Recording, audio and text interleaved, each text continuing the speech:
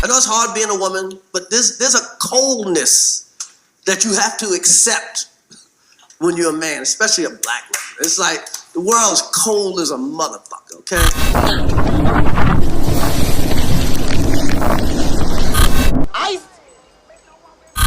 They are not positioned to protect nor provide because of some of the statistics we just talked about. They're not earning the incomes. They're not having the resources, and some of them are not even showing up in the leadership.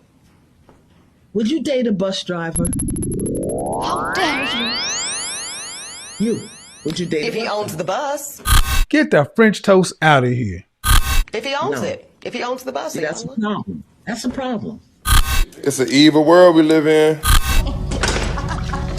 Cancel that bitch. I'll buy it now. It's cold in the motherfucker.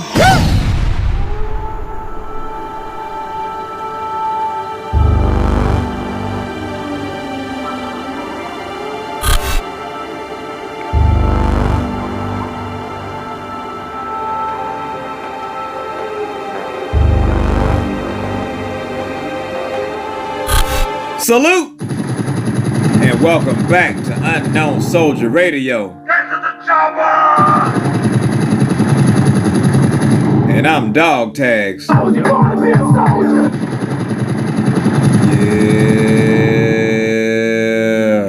Yeah. According to Miss Eboni K. Williams of the Griot, she ain't dating no bus driver. Him's got to be the owner of the bus. You can't make this shit up. Oh, gotcha, bitch. Well, now let me take this opportunity to introduce you to a man by the name of Joe Clough.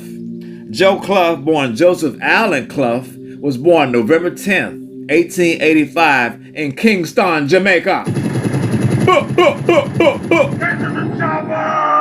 So do you know who Joe Clough, born Joseph Allen Clough, is/was? Well, I'll tell you.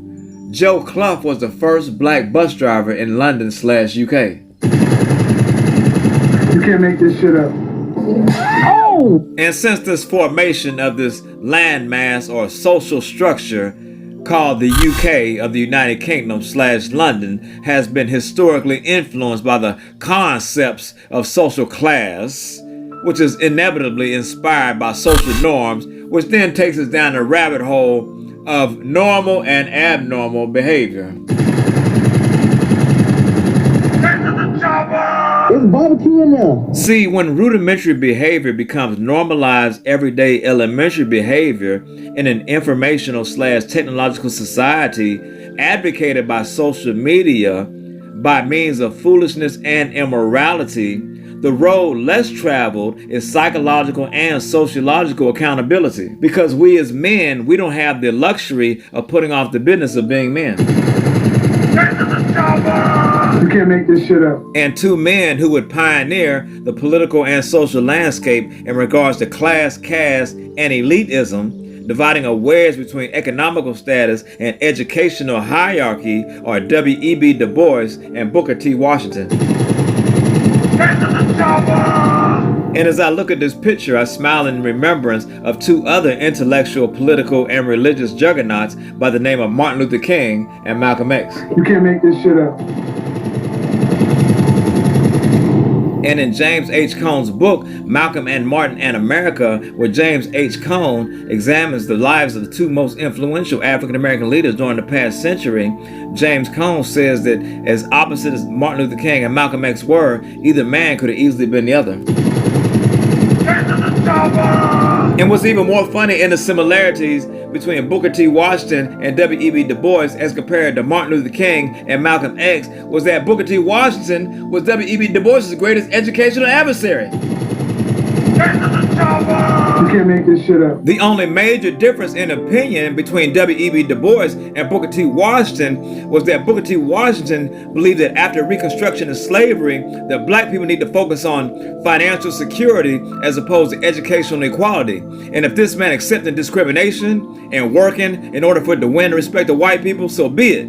But the thing was, white people still was touting pseudoscientific myths about the intellectual inferiority of the black race. Other races too, but just mainly the black race. And you may be asking, well, Dog Tags, What does all of this have to do with the fact that Eboni K. Williams, a black woman who's obviously made it in today's modern society, have to do with the fact that she just refuses to date a lowly bus driver? It has everything to do with it, because not one single raindrop is responsible for the flood. This is where the talented 10th comes into play at. This is where the boule comes into play at. Founded by the Sigma Pi Phi fraternity. This is where we get today's modern gatekeepers from, because they will sit on election boards for other races of people in the community and help them advance their causes, but just not yours. Oh! Gotcha, bitch. This current 117th Congress has 57 black representatives. I'm gonna say that one more time for my soldiers in the back.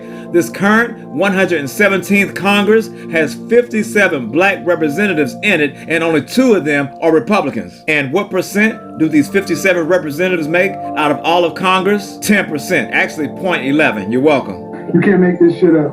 I want to respond to my friend and colleague, Eboni K. Williams, who last week on her show said that she would not date a bus driver. She would date a guy if he owned the bus, but not if he was a bus driver. Shut up! Before I bust a cap up in your ass. Here's my thoughts. First, Shut the fuck, shut up! Did I say, no! Oh, shit! Say it again, say something else! Oh! Say something else! Say something else, nigga!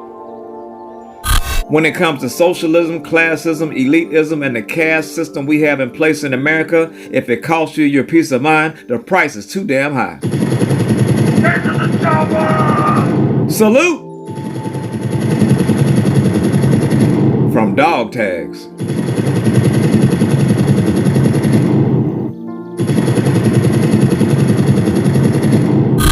Only women, children, and dogs are loved unconditionally. A man is only loved under the condition that he provides something, okay? I once heard my grandmother say, a broke man is like a broke hand. Can't do nothing with it. What kind of gangster shit is that? That's right. Women, children, and dogs are loved unconditionally. When you meet a new girl, what do your friends ask you? What she look like? Lady, when you meet a new guy, what do your friends ask you? What does he do? What the fuck does that nigga do that can help you out? Can this motherfucker facilitate a dream or not? How dare you?